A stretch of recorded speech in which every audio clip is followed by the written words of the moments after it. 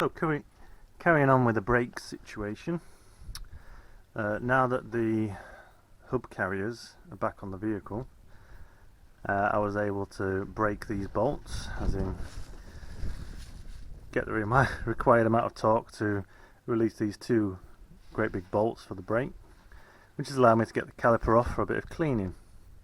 So there's two things I wanted to verify with these calipers. Number one is that I could successfully loosen up the bleed nipples without them being snapped or anything. So I've confirmed it on this side, and that's fine. The other thing I want to check is the action of these pistons, and also to give them a good clean out as I can.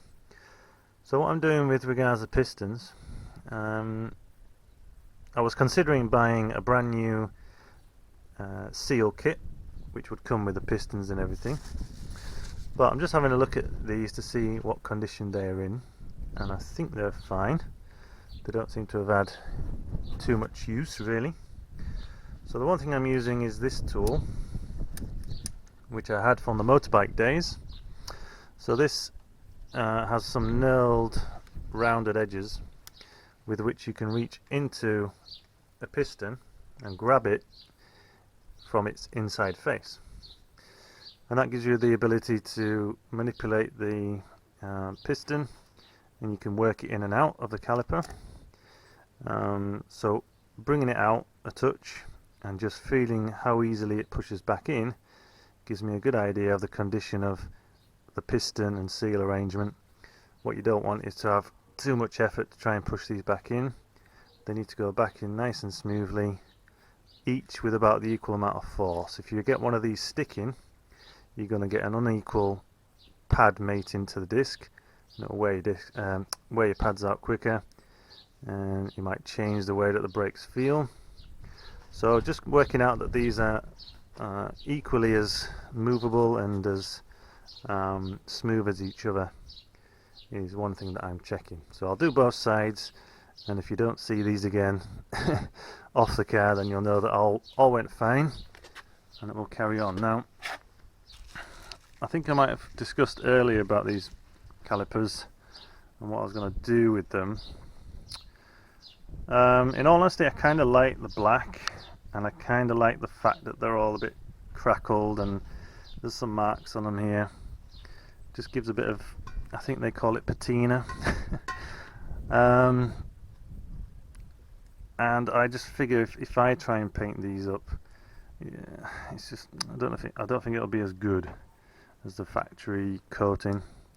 I don't know, but for now I don't think I'm going to paint them up. But I'm just going to leave them as they are. For a future date, maybe I will paint them up in future, but for now I don't want to mess about with them too much. Just give them a good clean and put them on as they are. Bit of race car heritage perhaps, who knows what these have been on. But anyway, so this is what I'm doing right now.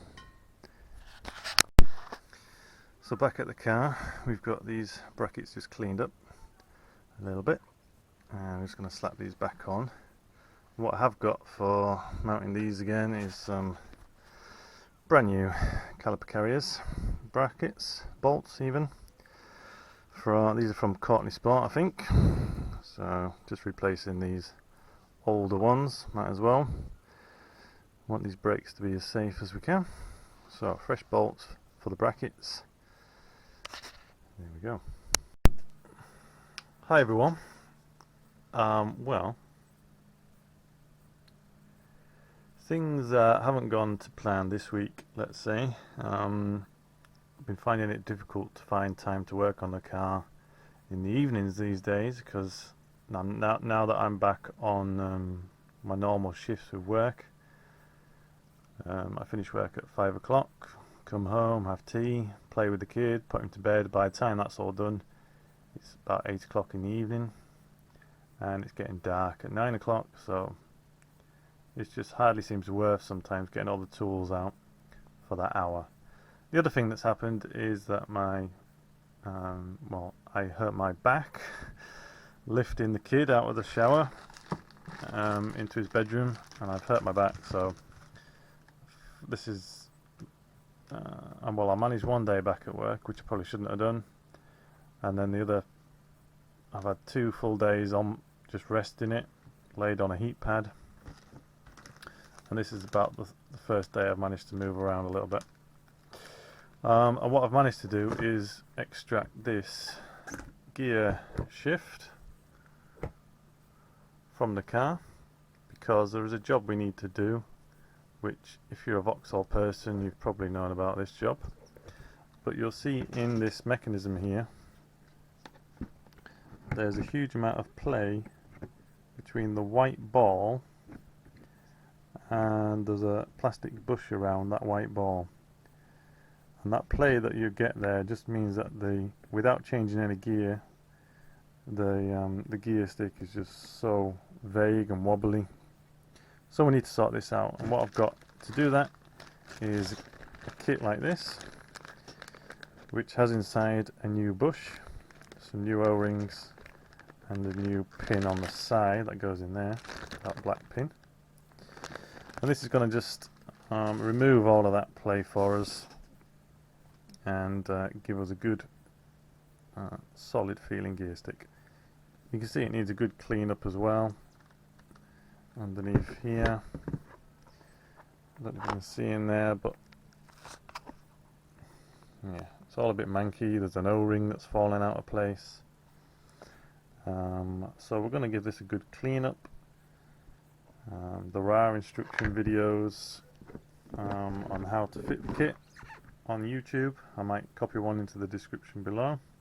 So I'm not going to do a how-to, I'm just going to give you a time lapse or something as I do this, and get the bush replaced, and just give it a little bit of fresh grease where needed and give it a clean up.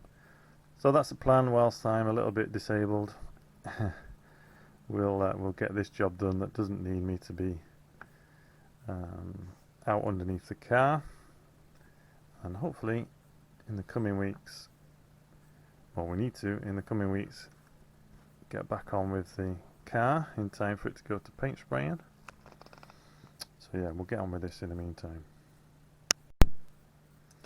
Okay, so you see that we've got this separated out now, using a big flat bladed screwdriver just to prise out these 3 sort of tabs that will release the collar.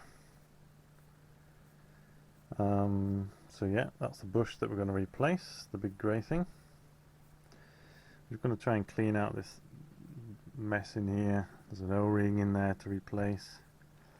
And then just one more thing of note is this silver U-shaped bracket thing, which as you push it in, pushes those prongs in, which locates to these 2 holes in the back of the ball, and that's how you can lock it into a neutral position to realign the gear cables. So that's just how that works.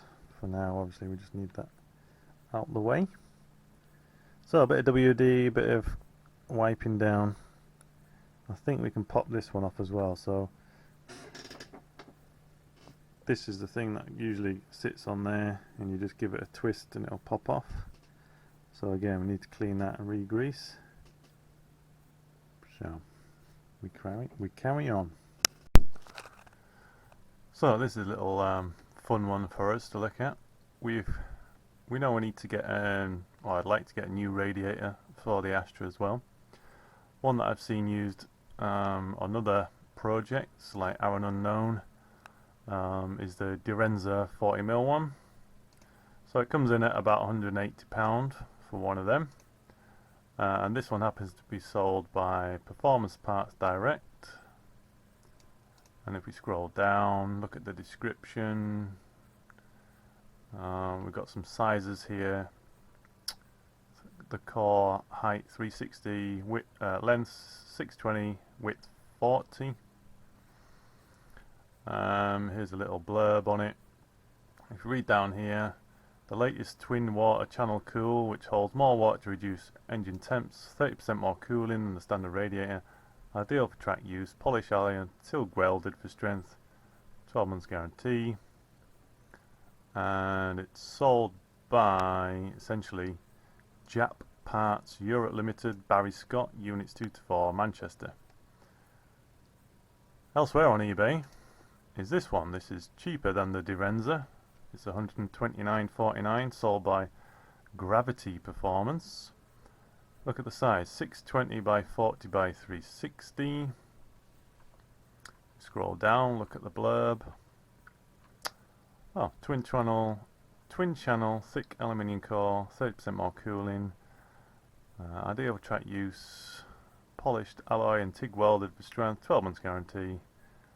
It's the same description. Look at the pictures here of one fitted to a car. We've got the loom across the top there. Go back to the Direnza one.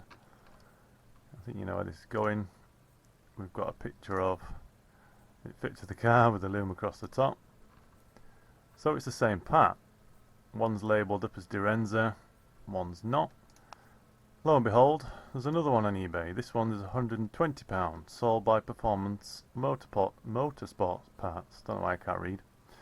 What's the core size? 620 360 by 40. So it's the same one. Oh, look at the picture. The same picture. Look for the blurb again. Oh look, it's the same blurb. 30% greater cooling than OEM. Ideal for track use. Polished alloy and TIG welded for strength. Who's selling it? Jap Parts Europe Limited, Barry Scott. Yeah, that Barry Scott. Units 2 to 4, Manchester. This is the same part, sold 3 times, subtly differently. It must be the same thing, right? It must be the same thing. One's got a Direnza badge on it, one's got a Gravity badge on it perhaps, and one's unbranded. But you can bet your bottom dollar this is exactly the same thing. So which one do I buy? Place bets now! So one of the additions we're going to do to this gear stick assembly is underneath where the gear stick goes, we're going to add on an extra piece that you can buy which extends the length of the gear stick and means that gear changes are shorter movement of the knob itself. To do that we need to remove some of this plastic and follow these lines down here and just cut them out. So that's why we've got the hacksaw. We'll give that a go and we'll see how it turns out. So there we go, 2 hacksaw cuts to the side, and then if you just push hard enough that'll break at the bottom there. But I did hacksaw these bits as well, so I just need to pull this off and trim it up. Be ready for the short shifter. Okay, time to put it all back together. The short shifter piece that is coming is going to fit on the end of here, and obviously I haven't got that bit yet. So we just need to pop a bit of grease on some bits and bobs. A bit of grease on there, and that clips back on. A little bit of grease on this spring again, where this roller sits in there. The roller rubs against this face in here, if you can see that. Like a curved shelf, so that's going to rub on there. Need a bit of grease back on the ball for the bush to rub in. And then these O-rings, I think that O-ring goes on there for some reason. And then there's an O-ring at the top and the bottom of the ball. So without further ado, we'll get to using a bit of multi-purpose grease and get this thing rebuilt.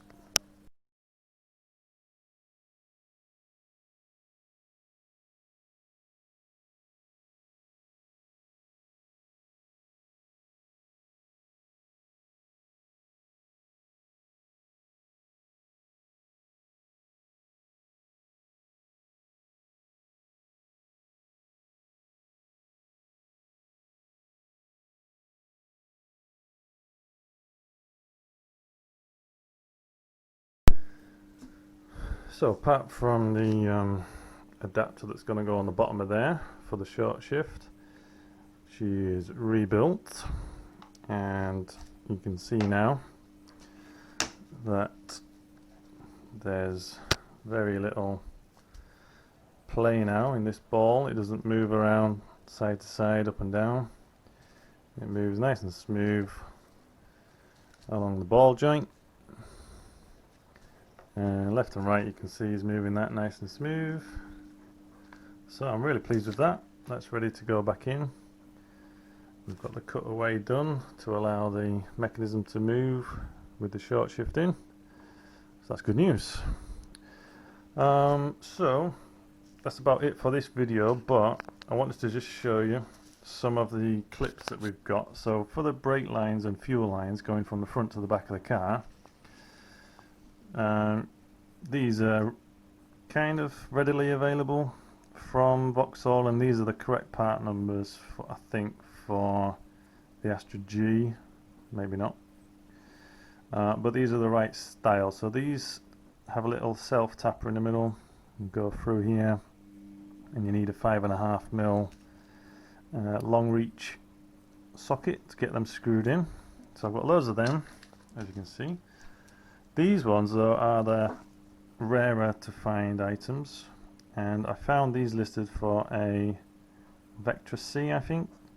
So these right near the front of the engine, behind that subframe, these clip onto a post, and like a screw post coming out from underneath the car. So rather than screw in, these screw on. And if you search for the Astra G part number, you won't find these available, but these, which are for the Vectra and something else, I'm hoping will fit the fuel lines and the brake lines along that section. So we're going to try those out. If you want to know the part number, it's 24407-652 for those. So I've got a couple of them, a few of these. Now for the you know, the bulkhead near the steering wheel rack, we needed somewhere to put a fuel line and a brake line in, and these brackets are no longer available from Vauxhall. So these ones that I found, I just started searching on eBay. These are actually from an Austin Allegro or a Maestro or something. So these will screw onto one of those studs again, a bit like these. These screw onto the studs along the rear of the bulkhead and carry the fuel and brake. I wasn't quite happy with how I'd fixed them for now, so I'm going to remove those and put these on instead, and that should be pretty good. So that's going to be a couple of jobs for this week, hopefully, as long as I'm fit and healthy, and we'll get cracking on with that. So yeah, just a quick video about that, and I'm happy with this. That's going to be much sweeter than it was before. Thanks for watching. Take care, guys. I'll see you in the next one.